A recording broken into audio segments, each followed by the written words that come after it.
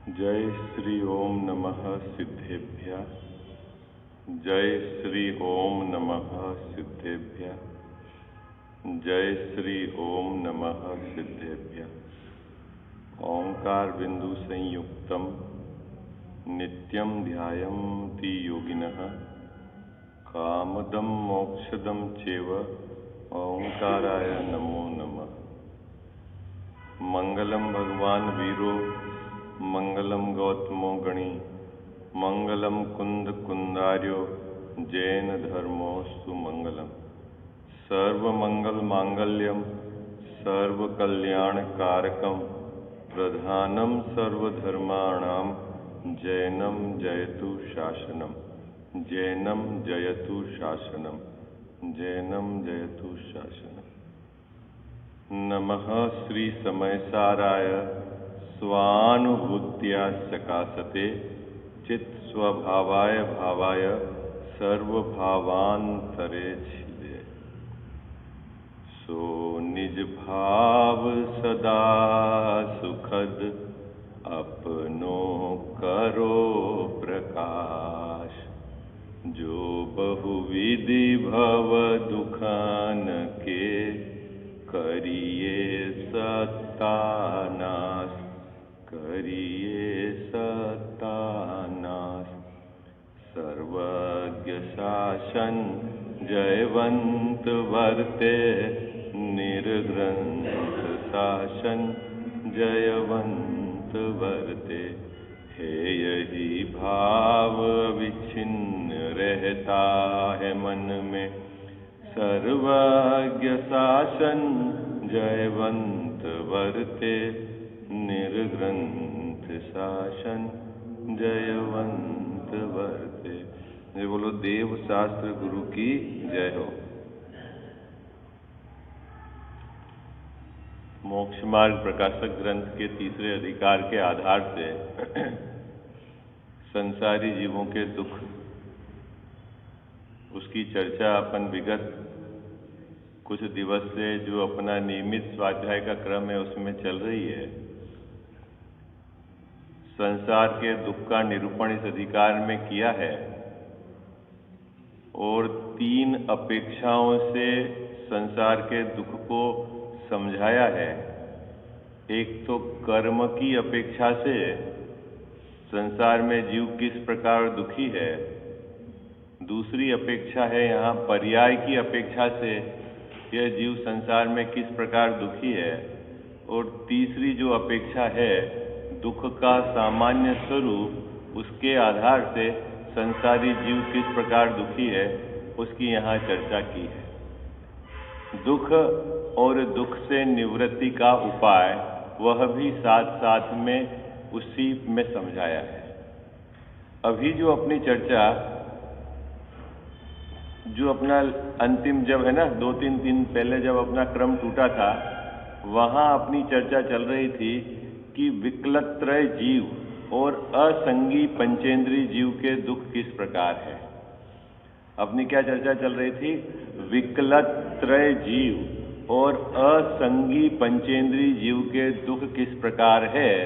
उसके पहले एकेंद्रीय जीव के दुख किस प्रकार के हैं उसकी चर्चा हमने मोक्ष मार्ग प्रकाशक ग्रंथ के तीसरे अधिकार के आधार से समझी। एक सुंदर चर्चा सुंदर बात टोडरमल जी साहब ने कही। आपको अगर बहुत याद नहीं रहे तो इतना जरूर याद रखना कि 2 बातें उस प्रकरण में याद रखनी है अपने को। मुकेश भाई साहब 2 बातें अपने को प्रकरण में याद रखनी है। पहला तो यदि इस अवसर में हमने अपनी परिणति में धर्म प्रकट नहीं किया तो कालांतर में निश्चित तौर पर एकेंद्री में जाना होगा, क्योंकि त्रस में रहने का काल बहुत थोड़ा है। ये बात ये भावभाषण हो गया ना, इसका भावभाषण हो गया ना इस बात का। बात पकड़ में आती है आपको क्या? जो तीसरे अधिकार के आधार से जो यहाँ चर्चा चल रही है उसके अंदर एकेंद्रीय जीवों के जो 2 दुख बताए हैं, दुख में पूरे 2 पेज के अंतर्गत जो मुख्य बात अपने को समझनी है, मतलब बहुत ज़्यादा ऐसा भी नहीं है कि क्लिष्ट है, आपको पकड़ में नहीं आती। बात इतनी सरल है। क्या सरल है कि यदि वर्तमान में हमने हमारी परिणति में धर्म प्रकट नहीं किया तो कालांतर में कहाँ जाना पड़ेगा? एकेंद्री में जाना पड़ेगा, क्योंकि टोडरमल साहब ने यहाँ स्पष्ट किया है कि इस जीव का अधिकांश काल एकेंद्री पर्याय में बीतता है। क्या बात कही भैया? किस जीव की बात चल रही है? जो संसारी जीव हैं, संसार में परिभ्रमण कर रहे हैं, उन जीवों का अधिकांश समय कहाँ बीतता है? एकेंद्री पर्याय में बीतता है। क्यों? कि त्रस पर्याय में तो रहने का अधिकतम काल कितना है? 2000 सागर से थोड़ा सा अधिक है, वो भी अधिकतम काल है। मुकेश भाई साहब, वो कितना है? अधिकतम काल। कहाँ रहने का? त्रस पर्याय में। और एकेंद्री में रहने का एक है असंख्यात पुद्गल परावर्तन, है ना। और उसके पुद्गल परावर्तन ये शब्द है, इससे आपको आइडिया नहीं लगता होगा कि कितना बड़ा काल है, क्योंकि सागर तो आपको समझ में आता है कि कोई गड्ढा खोदा है, फिर वहाँ की भेड़ के बाल।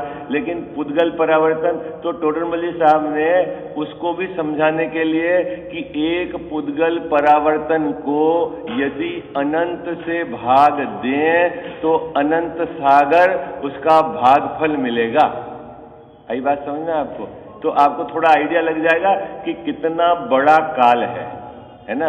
और निगोद में रहने का काल कितना है कजावत साहब? है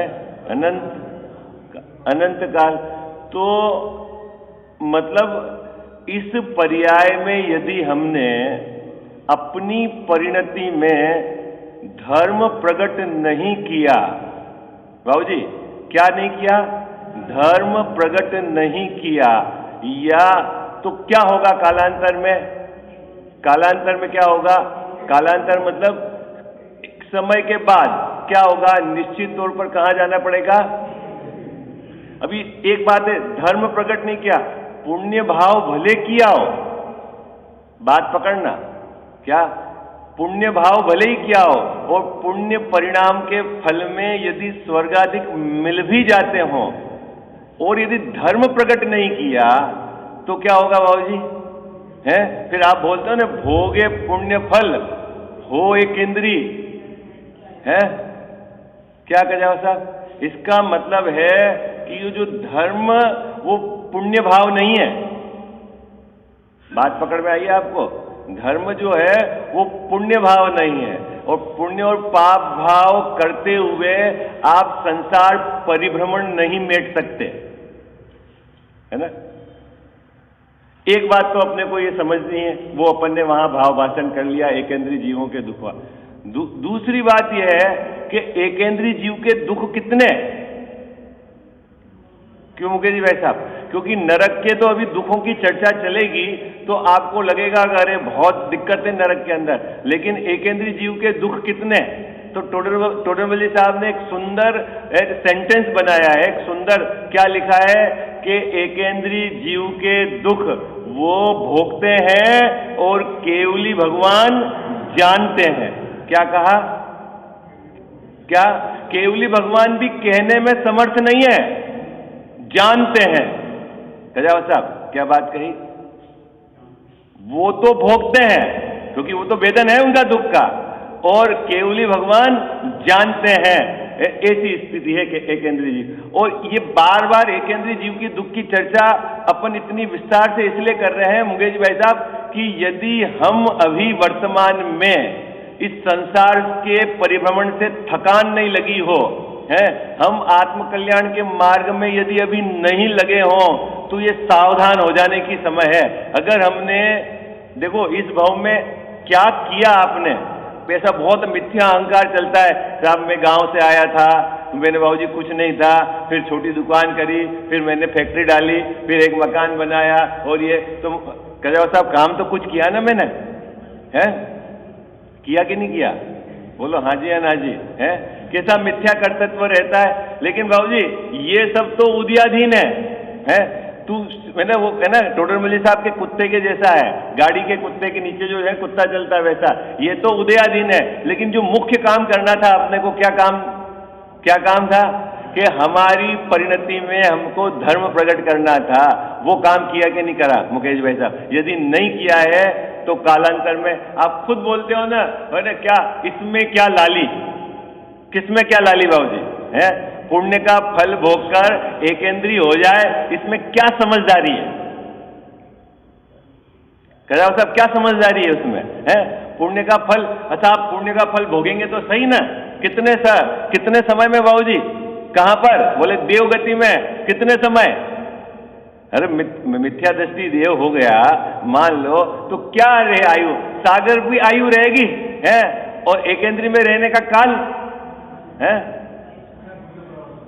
भैया बहुत सावधानी से विचार करना, जो अपन ने एकेंद्रीय जीवों के दुख की चर्चा की है, इस तरह से विचार करना कि यदि वर्तमान में मैंने अपने स्वभाव के आश्रय पूर्वक परिणति में धर्म प्रकट नहीं किया और जगत के जो होने वाले है ना अपने अनुसार परिणमन होने वाले संयोगों का कर्ता मान के फिरा, तो मुकेश जी भाई साहब समय तो चला जाएगा और फिर क्या होगा, हमारे पास क्या बाकी रह जाएगा? भव भ्रमण बाकी रह जाएगा। एकेंद्रीय जीव के दुख की बात अभी फिर उसके पश्चात टोडरमल जी साहब ने विकलत्रय और असंगी पंचेंद्रीय जीवों के दुखों की चर्चा की। इसमें उन्होंने ज्यादा विस्तार नहीं दिया, इसलिए ज्यादा विस्तार नहीं दिया कि उन जीवों के दुख आप सामने दिखते हैं आपके। क्या टोडरमल जी साहब ने इस प्रकरण का ज्यादा विस्तार नहीं दिया, और क्या कि उन जीवों के दुख तो आप सामने दिखते हैं, क्योंकि विकलत्रय कहां मिलेंगे? विकलत्रय जीव कहां मिलेंगे बाबूजी? कौन सी गति में मिलेंगे? तिर्यंच गति में। देखो नरक गति में तो सब असंगी पंचेंद्रीय है, संगी पंचेंद्रीय है, मनुष्य भी संगी पंचेंद्रीय है, और देव गति में भी सब संगी पंचेंद्रीय है। तो ये जो विकलत्रय यानी 2 इंद्रिय 3 इंद्रिय और 4 इंद्रिय, ये जीव कहां पर है? बोले तिर्यंच गति में है। ठीक है, और वो तिर्यंच गति तो अभी आपके बिल्कुल सामने है ना भाई। स्वर्ग अभी सामने नहीं है आपके, नरक अभी सामने नहीं है, लेकिन तिर्यंच गति तो बिल्कुल आपके सामने है, और उनके जीव आपको दिखते हैं, और उनके दुख को आप एनालिसिस या उसकी भाषणा कर सकते हैं। तो इसलिए टोडरमल जी साहब ने इसका यहां ज्यादा विस्तार नहीं किया है। ठीक है, इतना कहा है। नरक के जीव के साथ क्या समस्या, एकेंद्रीय जीव के साथ क्या समस्या थी बाबूजी? एकेंद्रीय जीव के ज्ञान दर्शन की अल्प व्यक्तता थी। क्या था? ज्ञान दर्शन घाता ज्यादा गया था, यानी उनके बहुत अल्प ज्ञान दर्शन प्रकट था पर्याय में। दूसरी बात, पर्याय की शक्ति बहुत नीक नगण्य जैसी थी। कसाय की तीव्रता थी, है ना? कसाय की तीव्रता मतलब कसाय में ऊंची वाली लेश्या थी, ठीक है ना, अशुभ लेश्या ना, कृष्ण नील कापोत ऊंची वाली लेश्या थी। कसाय के अनुसार बाहर में कार्य करते हुए एकेंद्रीय दिखाई नहीं देते। क्यों नहीं दिखाई देते थे? कसाय नहीं थी ऐसा नहीं है, शक्ति नहीं थी, ठीक है ना। और अभी विकलत्रय में थोड़ा सा ज्ञान दर्शन की शक्ति बड़ी है। विकलत्रय में मुकेश भाई साहब है ना, एक इंद्रिय से 2 इंद्रिय, 2 इंद्रिय से 3 इंद्रिय, 3 इंद्रिय से 4 इंद्रिय, थोड़ा क्षयोपम उनका बढ़ता हुआ है, और बढ़ता हुआ है बाहर में इंद्रियां उसके हिसाब से उनके पास है, उस जानने देखने के लिए उसके अंदर जो बाहर में उसके सहयोग से जानता देखता है, तो बढ़ता हुआ ज्ञान दर्शन है, ठीक है उनका। किसका? विकलत्रय जीवों का। और शक्ति भी किसी जीव की है ना अधिक दिखती भी है, और शक्ति के अनुसार वो बाहर में कसाय रूप परिणमन मतलब अपनी इच्छा के अनुसार कार्य करने की उसकी प्रवृत्ति भी दिखाई देती है। तो इन जीवों का दुख तो हमको भासित होता है। जो वृक्ष है इसका दुख हमको भासित नहीं होता। क्यों भासित नहीं होता? कि हम कसाय के अनुसार यदि वो बाहर में प्रवृत्ति करे, वो प्रवृत्ति हमको पकड़ में आती है। आई बात समझ में? अंतरंग जो उसका कसाय भाव है वो अभी पकड़ में नहीं आता है। पकड़ में अभी जैसे आपको गुस्सा आ रहा है और यदि आप मुझे गाली देते हैं या मारते पीटते हैं तो आपको पकड़ में आएगा कि इसको क्या हो रहा है, गुस्सा आ रहा है।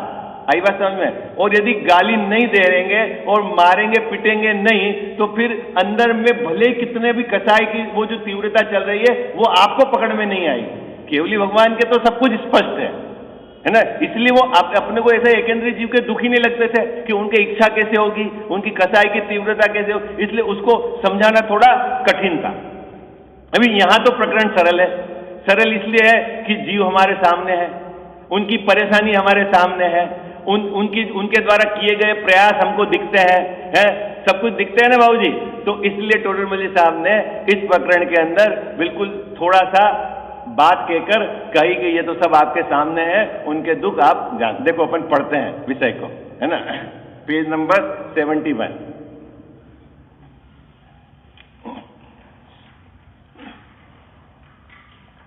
तथा जीव द्विइंद्री, त्रिइंद्री और चतुरिंद्री असंगी पंचेंद्री पर्यायों को धारण करे, वहां भी एकेंद्रीवत दुख जानना, है ना। विकलत्रय और असंगी जीवों के दुखों की चर्चा है ना। ये जो पैराग्राफ है ना, इसमें क्या हेडिंग क्या है, विकलत्रय व असंगी पंचेंद्रीय जीवों के दुखों की चर्चा है इसमें, ठीक है। विशेष इतना है, किससे डिफरेंस कर रहे हैं? अभी ऊपर लिख दिया कि दुख तो एकेंद्रीवत जानना, लेकिन अंतर क्या है फिर एकेंद्रीय जीव के दुख और द्विइंद्रिय, तीन्द्रिय, चौइंद्रिय के दुख में अंतर क्या है?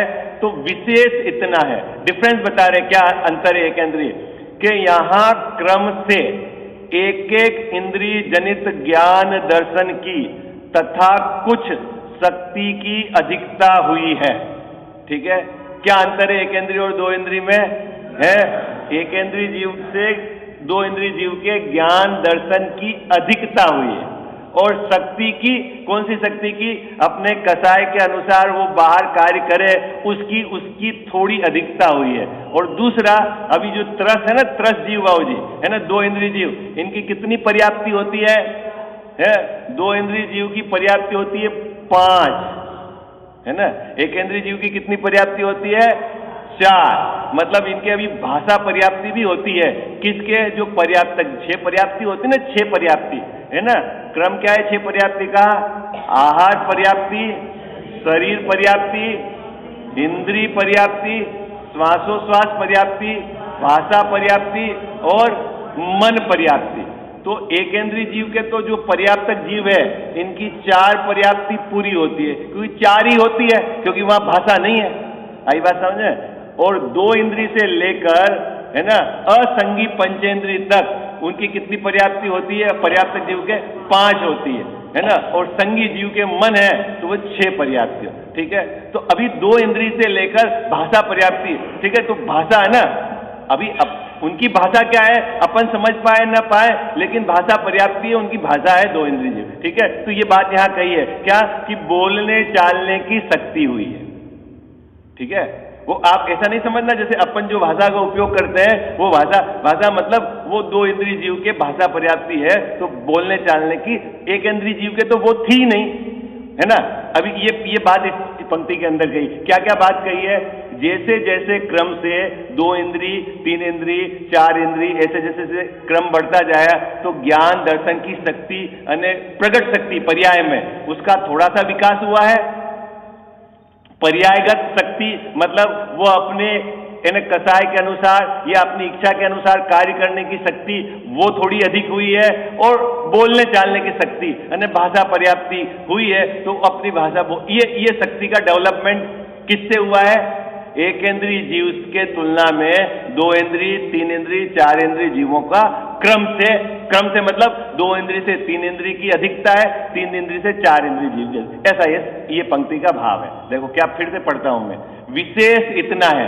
किससे विशेष? क्योंकि ऊपर क्या है कि एक इंद्रिय वत दुख जानना, तो आप एक इंद्रिय वत मतलब 2 इंद्रिय एक इंद्रिय है ऐसा नहीं, दुख तो उसके जैसे ही है, तो फिर अंतर क्या है? तो यहां अंतर बता रहे हैं, विशेष इतना है, यानी उन दोनों में क्या अंतर है कि यहां क्रम से मतलब एक इंद्री से दो इंद्री, दो इंद्री से तीन इंद्री, तीन इंद्री से चार इंद्री, इन क्रम से क्या हुआ है, एक एक इंद्री जनित ज्ञान, है ना। इंद्रिय जनित ज्ञान मतलब ज्ञान तो है आत्मा का, यहां जो बात कही कि पर्याय में प्रकट ज्ञान की बात कर रहे हैं, जो व्यक्त ज्ञान है वो क्या है, कुछ शक्ति है ना, थोड़ा तुलनात्मक उससे ज्यादा है, ठीक है।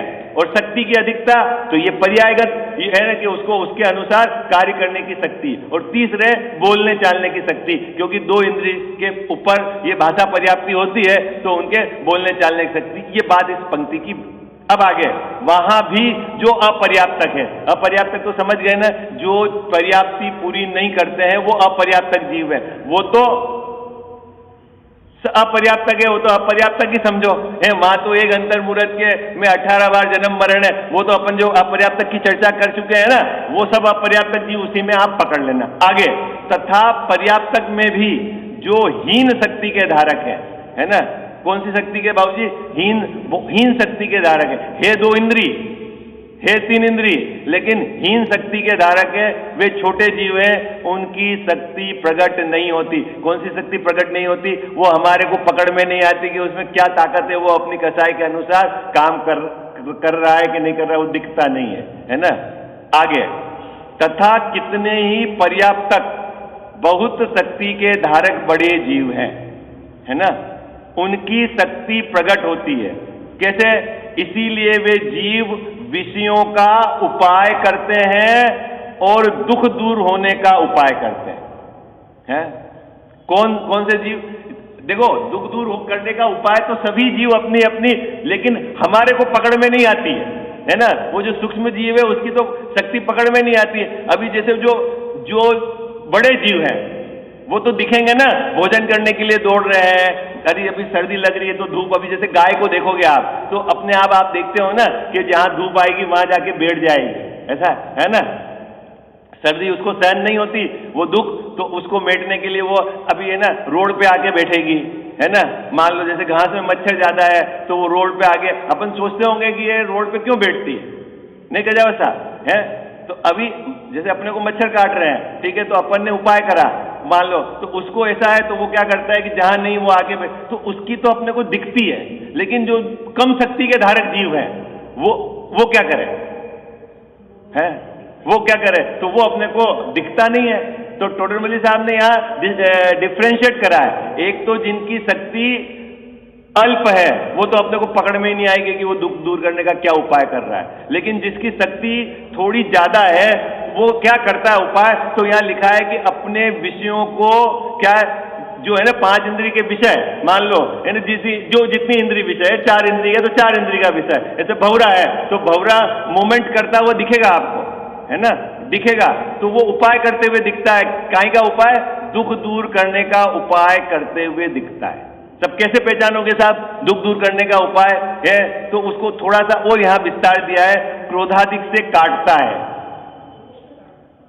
मारना, लड़ना, छल करना, अन्नादिक का संग्रह करना, भागना इत्यादि कार्य करते हैं, है ना। ये दिखते हैं ना अपने को जीव इस प्रकार के कार्य करते हुए, है ना। दुख से तड़फड़ाना, पुकारना इत्यादि क्रिया करते हैं, इसीलिए उनका दुख कुछ प्रकट भी होता है। किनका किनका दुख, किसको प्रकट होता है भाई, एक इंद्रिय का दुख प्रकट नहीं होता है तो दुख नहीं है क्या, ये किसकी तरफ से बात की जाए, हमको ऐसा लगता है कि ये दुखी हैं।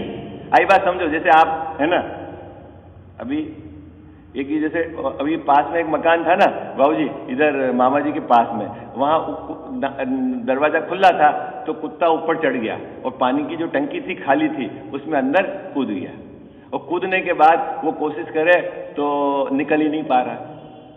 मकान मालिक तो कोई नहीं, दरवाजा खुला, टंकी के अंदर कूद गया, अब वो निकलने, अब वो रोए चिल्लाए, मतलब वो जो उसकी भी वो तो आस पड़ोस में, मतलब ये काम 2 4 8 घंटे तक वो रोया तो आस पड़ोस में क्या चक्कर है, फिर गए ढूंढ के ऊपर, तो फिर उसको पार रख के निकाला, तो वो जो कुत्ता था उसकी तो बाबूजी मान लो पुकार आ गई और पता चल गया कि परेशान है, लेकिन जो इस प्रकार की आवाज नहीं कर सकता हो है और अपने पास नहीं आती हो, उन जीवों का क्या पता चले कि दुख है कि नहीं है? अपने को लगता है दुख है कि नहीं है, लेकिन दुख है कि नहीं है ना? तो वो तो क्या प्रगट, मतलब अपने को पकड़ में आ रहा है, अपने को पकड़ में आ रहा है वो दुख। और जिन सूक्ष्म जीव है और जो है एकेंद्रीय, उनके तो हमारे को पकड़ में नहीं आ रहा। अब वो भागने की शक्ति नहीं है ना? भागने की शक्ति क्या है केंद्रीय में? अभी एक हरा पेड़ है, इसी में आग लगा दी। अभी नहीं ऑस्ट्रेलिया के अंदर बाबूजी आग लगी है, कितने जीव मर गए वहां पर है? कितने जीव है? हाँ, 50 करोड़ है, पता नहीं संख्या, तो मैंने 2-3 अखबार में अलग अलग पढ़ी। मतलब अब वो वहां क्या करे है? हाँ, मतलब वो तो एक प्रिडिक्शन लगाया उन्होंने कि इतने प्रकार के ये होंगे। अब जंगल के जंगल जल गए तो क्या जीवोगे? तो अभी देखना भैया, जितनी चर्चा उन जीवों की हो रही, किन जीवों की हो रही है जो अपन जीव मानते हैं, किनके? जो हमारे पकड़ में आ रहे हैं, है ना? जैसे कोई पंचेंद्रीय जीव है, 4 इंद्रिय जीव है ये, लेकिन एक इंद्रिय और सूक्ष्म 2 इंद्रिय जो हमारे पकड़ में नहीं आ रहे, उनकी तो कोई संख्या है नहीं उसमें। तो वो दुखी है कि नहीं? मुद्दा है बाबूजी, वो दुखी है कि नहीं है? अभी उसको तो कोई गिन ही नहीं रहा है जीव है? अरे उसमें भी सूक्ष्म जीव नहीं आ रहे हैं।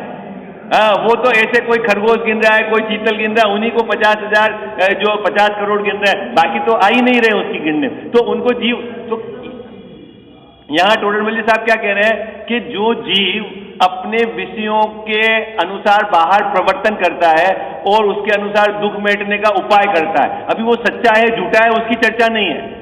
वो कुछ एक्टिविटी, अब भूख लगती है तो दौड़ता है, खाने के लिए दौड़ता है, किसी को मारता है, कोई उसको छेड़ता है, तो उससे तो ये आइडिया लगता है, क्या लगता है कि ये दुखी है। लेकिन जिसके बाहर में इस प्रकार की शक्ति नहीं है, वो, मैंने आपको एक बात कही थी परसों, क्या कही थी कि एकेंद्रीय जीव के दुख और नरक के दुख, उन दोनों में डिफरेंशिएट है। क्या है पता है बाबूजी, क्या अंतर है? नारकी के दुख, और यहां मैंने बताया था ना आपको, ये ज्ञान की व्यक्तता, कसाई की तीव्रता, शक्ति की प्रकटता और सामग्री की उपलब्धता, है ना? ये बंटवारा करा था अपन ने। देखो मुकेश भाई साहब, एकेंद्रीय जीव के ज्ञान दर्शन अल्प व्यक्त है पर्याय में, ठीक है, अल्प व्यक्त है। और नारकी जीव के संगी पंचेंद्रीय है, तो निश्चित तौर पर एकेंद्रीय से ज्ञान दर्शन की व्यक्तता पर्याय में ज्यादा है। ओके, ये बात पकड़ में आई आपको? क्या भैया, एकेंद्रीय जीव के ज्ञान दर्शन की प्रगटता पर्याय में अल्प है, अत्यंत हीन है, ज्ञान दर्शन बहुत घाटा गया है उनका, ठीक है। और नारकी का वो तो संगी पंचेंद्रीय है, तो उसका ज्ञान दर्शन की व्यक्तता तो एकेंद्रीय से ज्यादा है, 2 इंद्रिय से ज्यादा है, 3 इंद्रिय से ज्यादा है, 4 इंद्रिय से ज्यादा है, असंगी पंचेंद्रिय से ज्यादा है। आई बात समझ में? क्योंकि ये क्रम से है ना बढ़ता हुआ, ठीक है। दूसरी, कसाई की तीव्रता, तो एकेंद्रीय जीव के भी कसाई कैसी है? तो कौन सी है? तीव्र कसाय है, ऊंची वाली लेस्या है, अशुभ लेस्या है, कृष्ण नील कापोत, ठीक है। और नारकी जीव क्या है? वहां भी अशुभ लेस्या है, तो ठीक है। तीसरा, शक्ति की प्रकटता, एकेंद्रीय जीव के शक्ति नहीं है, पर्यायगत शक्ति है, अल्प है। और नारकी के शक्ति है, पर्यायगत शक्ति है उसकी, है। लेकिन चक्कर क्या है, देखो कितनी प्रॉब्लम है बाबूजी, इसके पर्यायगत शक्ति नहीं है, ये भाग नहीं सकता, ये कुछ उपाय नहीं कर सकता, ठीक है। कौन? एकेंद्रीय जीव, भले ही बाहर में सामग्री उपलब्ध हो, है ना, लेकिन करे क्या? शक्ति नहीं है। और नारकी के साथ समस्या क्या है कि पर्यायगत शक्ति तो है, लेकिन उस क्षेत्र में सामग्री नहीं है। मुद्दा है, बात पकड़े में है भैया। बात क्या कजाव साहब, है ना, एकेंद्रीय तो भाग नहीं सकता, नारकी भागे, लेकिन भाग के जाए कहां? है, भूख लगे तो क्या करे? है, कुछ भी उपाय करे, है ताकत, क्या करे उपाय, लेकिन सामग्री तो चाहिए ना, है। ये अंतर है। अभी वो उसके दुख की चर्चा करेंगे, तो एकेंद्रीय के दुख, एकेंद्रीय के पैटर्न में अपने, मतलब आप समझ लेना, मैं सीधी, मतलब भाव भाषण समय हो गया अपना, आप इतनी बात पकड़ना, नरक से अनंत गुना दुख निगोद में ज्यादा है, बस इतना आप समझना। क्या समझना? कि क्या बात पकड़ में आई आपको? है। ज्यादा आप बहुत ज्यादा मैनिपुलेशन नहीं करके याद नहीं रख सको, कितना याद रखना है अपने को? नरक से अनंत गुना दुख कहां ज्यादा है? निगोद में ज्यादा है। ठीक है, चलो अभी ये है ना, अभी यहां आगे की ये पंक्ति पढ़ के अपन फिर कल अपन इसकी चर्चा करेंगे आगे। इस प्रकार लट, कीड़ी आदि जीवों को शीत, उष्ण, छेदन, भेदन आदि से तथा भूख प्यास आदि से परम दुखी देखते हैं। ये तो अपने सामने है ना, इसलिए टोडरमल साहब ने शब्द लिखे हैं देखते हैं, सबको ये दिखते हैं, है ना। इसमें कोई बहुत ज्यादा आपको अभी नरक के दुख को समझाने के लिए तो आपको बताना पड़ेगा, लेकिन ये तो सामने दिखते हैं आपको। ठीक है, जो प्रत्यक्ष दिखाई देते हैं, है ना, उसका विचार कर लेना, है ना। इन जीवों के संबंध में दुख आपको सामने दिखाई देते हैं, उसका विचार कर लेना। यहां विशेष क्या लिखे, है ना। टोडरमल साहब ने फिर यहां पर विस्तार देने का बिल्कुल उनका विचार नहीं रहा। उन्होंने कहा जो जिन जीवों के दुख आपको सामने दिखते हैं, अब आप सामने प्रत्यक्ष देखते हैं, आप विचार कर लेना। इसलिए उसके संबंध में, इसलिए दो इंद्रिय आदि जीवों को भी महादुखी जानना। अब अपना जो है गति के आधार से चर्चा चलेगी। अभी तक तो इंद्रिय यानी जाति के आधार से चर्चा चल रही थी। अब जो गति है, नरक गति, मनुष्य गति, तिर्यंज गति और देव गति में किस प्रकार दुख है, इस प्रकार पर्याय की अपेक्षा दुखों की चर्चा का यह प्रकरण फिर अपना पूरा होगा। चरणों में आ पड़ा हूँ हे द्वादशांग वाणी, मस्तक झुका रहा हूँ हे द्वादशांग वाणी। मिथ्यात्व को नसाया, निज तत्व को बताया, आपा पराय भाषा हो गया भानु के समानी। षड द्रव्य को बताया, स्याद्वाद को जताया, भवफंद से छुड़ाया, सच्ची जिनेन्द्र वाणी। रिपुचार मेरे मग में, जंजीर डाले पग में, ठाड़े हैं मोक्ष मग में, तकरार मोसो ठानी। दे ज्ञान मुझको माता, इस जग से तोड़ू नाता, होवे सुदर्शन साता, नहीं जग में तेरी सानी। चरणों में आ पड़ा हूँ हे द्वादशांग वाणी, मस्तक झुका रहा हूँ हे द्वादशांग वाणी। जा वाणी के ज्ञान ते सूझे लोकालोक, सो वाणी मस्तक चढ़ो सदा देत हूँ धोख।